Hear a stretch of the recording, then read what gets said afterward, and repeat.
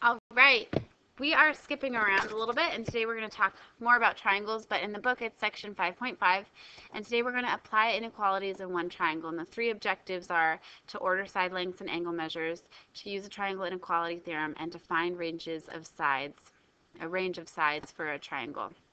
So let's start with the first one, ordering side lengths and angle measures. And these are two theorems that you can add to your cheat sheet. They don't have names, so maybe somebody can become a geometry god and give them a name.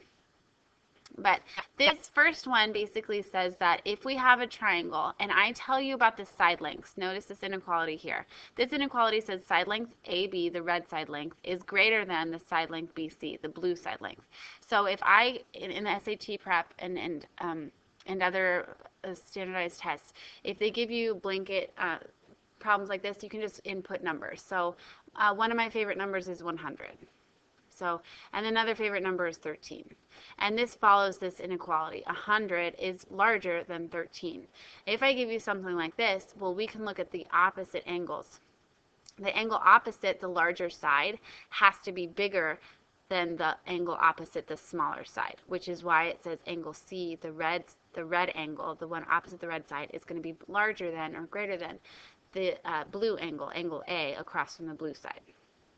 Okay, the reverse of that is also true. Let's say in this one, it says in a triangle, the longer side is opposite the longer angle. So if I give you in this one, and we're talking about angles, so if I tell you that this angle is 100 degrees, and this blue angle is 13 degrees, then the sides opposite of it we can know information about. That's a 13. So for example, since this red line xy is across from the bigger angle, it's going to be bigger than the blue line xz, which is across from the smaller angle. I'm not supposed to say a 13. So these are two different theorems that we can use. In your book, there's going to be two different types of questions. This one says order side lengths from shortest to longest. So what we know is I give you two angles, and I don't know what this third one is, so we can use the triangle sum theorem, add these up, and subtract it from 180 degrees. So 72 plus 60 is going to be 132. And then if we subtract it from 180, we're going to get 48. I think I did that right this time. Okay, so even though they didn't tell us, we can figure out that this one's going to be 48 degrees. Did I do that right? I'm scared now with my subtraction. Okay, yes, I did. All right, so now that I have all the three angles, we're going to look. This is how I do it. It says shortest to longest.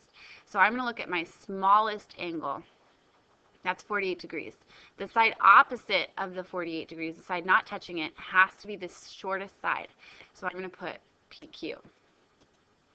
So I know angle R is the smallest angle, so that means side PQ has to be the shortest. And then I look for the longest side by looking at the biggest angle. So the biggest angle is 72 degrees. That's angle Q. So angle Q is the largest angle. So that means that the longest side has to be across from it. So that has to be PR. So the only angle I haven't talked about has to be in the middle. So I have talked about 48, I've talked about 72, so that means that angle P, the 60 degrees, is in the middle, and the side opposite of that is QR. So your answer would be PQ, QR, and PR. Those three sides are ordered now from shortest to longest. The reciprocal of that, the opposite of that, is another type of question. So this time, this one I gave you angles, this one I gave you side lengths, and you can do the same thing. Based on the side lengths, you can talk about the angles, and you can know which ones are bigger and smaller. So again, we want the angles ordered from smallest to largest. So looking at the side lengths, which one is the smallest? The smallest is the 17.2. So I know side GH is the smallest. And the angle opposite of side GH is angle F. So that has to be the smallest angle in the triangle. All right, and then I'm going to go to the largest. So I've used 17.2. 20.4 is the next biggest one. So I know side FH is the largest side, and the one opposite of that is angle G. So now what's the only side and angle I didn't talk about?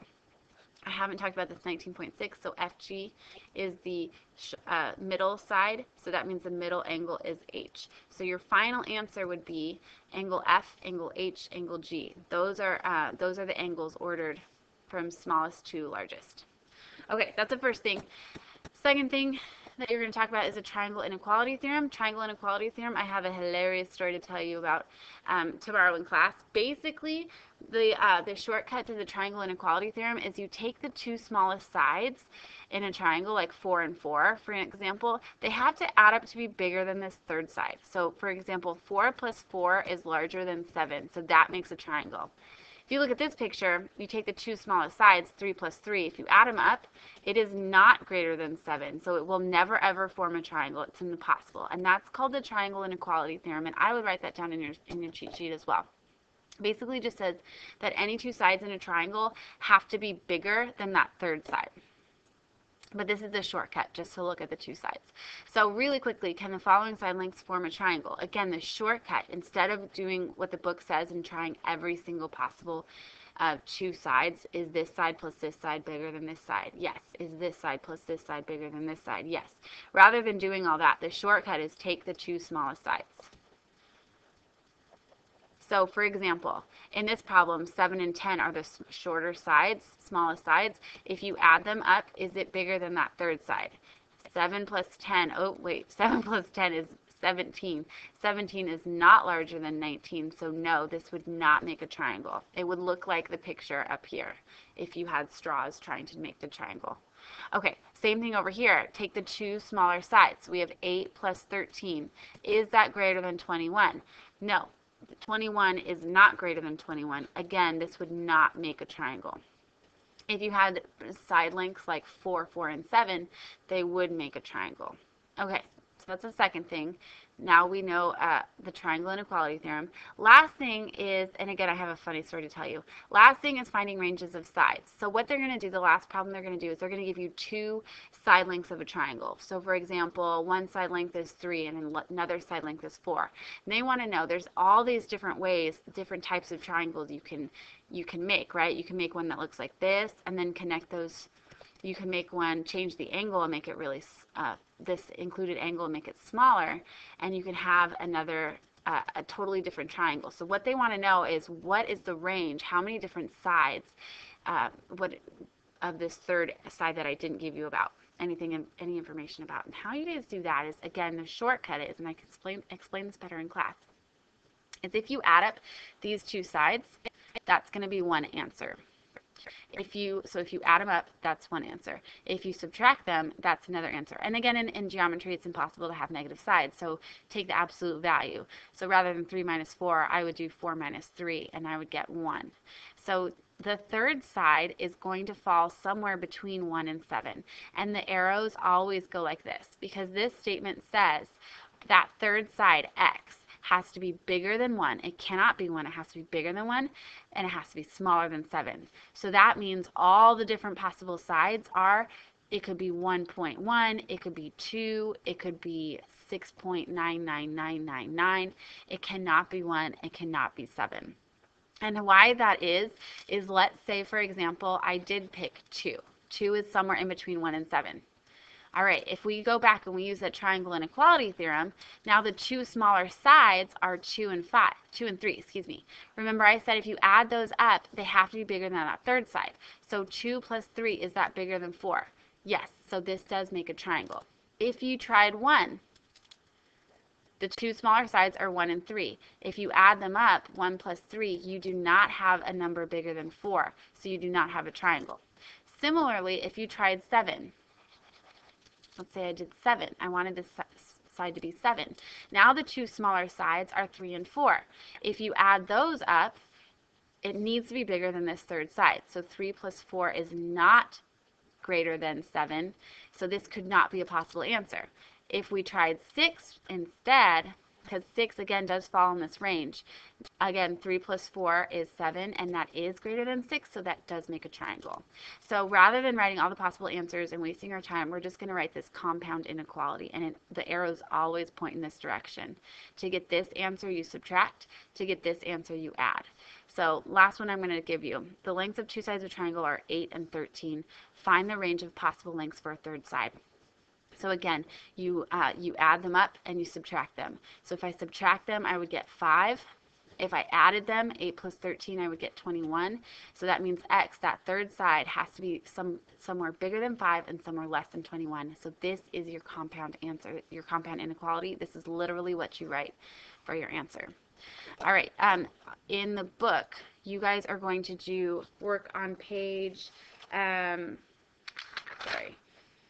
you're going to work on page 336. You're going to do numbers 4, 6, and 12, and I can show that for you if you want to wait. And the fun fact of the video is, let's see, oh, I don't know if I believe this fun fact. In Alabama, it's illegal to dress up as a priest. I'm not sure. Maybe you guys can Google that or something, because I don't know if I believe that. It's kind of out there. Okay, and then I'll scroll down here if you want to wait for me to scroll, or you can open up your own book to the page I told you.